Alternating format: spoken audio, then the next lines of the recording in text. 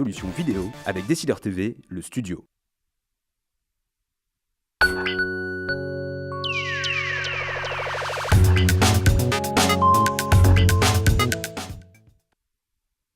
Bonjour et bienvenue dans notre Duplex Bourse. Aujourd'hui, nous sommes en duplex avec Thomas Mont-Saint-Jean de la salle des marchés de Bourse Direct. Bonjour Thomas.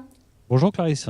Alors, on commence avec Wall Street. Wall Street qui a clôturé en ordre dispersé hier soir, néanmoins soutenu par les résultats trimestriels meilleurs que prévus des banques JP Morgan et Goldman Sachs.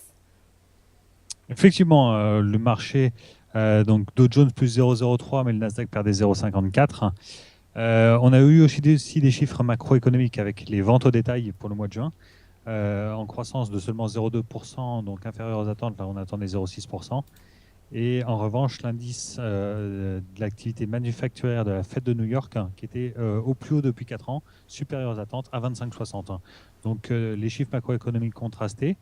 On a également eu un discours de Janet Yellen, donc la présidente de la Fed, qui a déclaré que si la tendance sur le marché du travail continue à s'améliorer, les taux d'intérêt pourraient remonter plus tôt qu'actuellement prévu. Donc c'est comme une évolution au niveau de la politique de la Fed.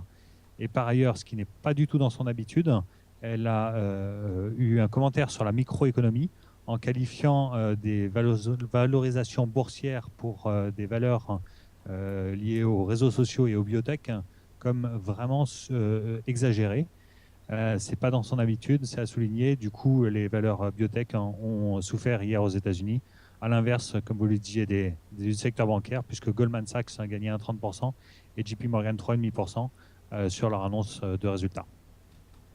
Alors, est-ce que ça a eu une influence sur la tendance des marchés asiatiques ? Alors, le marché asiatique était un petit peu disparate ce matin. Pas de grosse tendance. En revanche, on a eu un chiffre très important sur le PIB chinois qui était supérieur aux attentes, en hausse de 7,5%, ainsi qu'une production industrielle en hausse de 9,20% pour le mois de juin. Ça, c'est la bonne surprise. Les marchés n'en ont pour le moment pas encore trop tenu compte et terminé quasiment inchangé au niveau du secteur Asie. On se tourne maintenant vers Paris. Il semble que le CAC 40 reprenne quelques couleurs.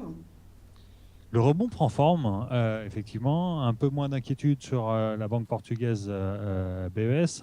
Les annonces de résultats, notamment hier soir aux États-Unis, après la clôture, où on a eu Intel avec des résultats supérieurs aux attentes. Et Yahoo à peu près conforme ou voire très légèrement inférieur, mais pas de mauvaise surprise. Donc actuellement, sur la bourse de Paris, le rebond est en train de prendre forme. En ce qui concerne l'analyse technique, quels sont les supports et résistances à surveiller ? Alors le CAC s'est affranchi de la première résistance à 4329. On est maintenant dans la zone 4355-4365. Il faudrait que le CAC se maintienne au-dessus de cette zone en clôture pour pouvoir confirmer, j'allais dire, un retour dans la tendance haussière. Les premières résistances après cette zone, 4400, puis 4418 et 4433. Pour ce qui est des supports, on surveillera toujours 4301 qui est le gros support, avant la zone 4278-4270. Alors pour conclure avec les valeurs du jour, on parle de Casino et Alstom. Alstom qui se démarque avec la plus forte hausse du CAC 40. Elle bénéficie d'une recommandation positive ce matin de la part de Exane BNP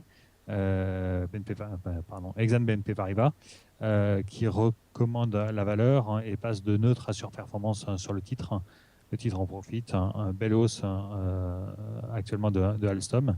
Et puis Casino, qui a annoncé ses résultats trimestriels.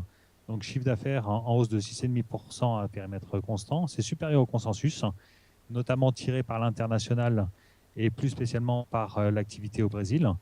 En France, l'érosion des ventes reste à peu près limitée puisque c'est une baisse de 0,2%. Elle a bénéficié en fait d'une croissance des ventes en hypermarché géant et qui compense le recul sur les autres enseignes du groupe. Donc sans grande surprise, ces chiffres restent un petit peu rassurants et du coup le titre est en légère hausse sur la bourse de Paris.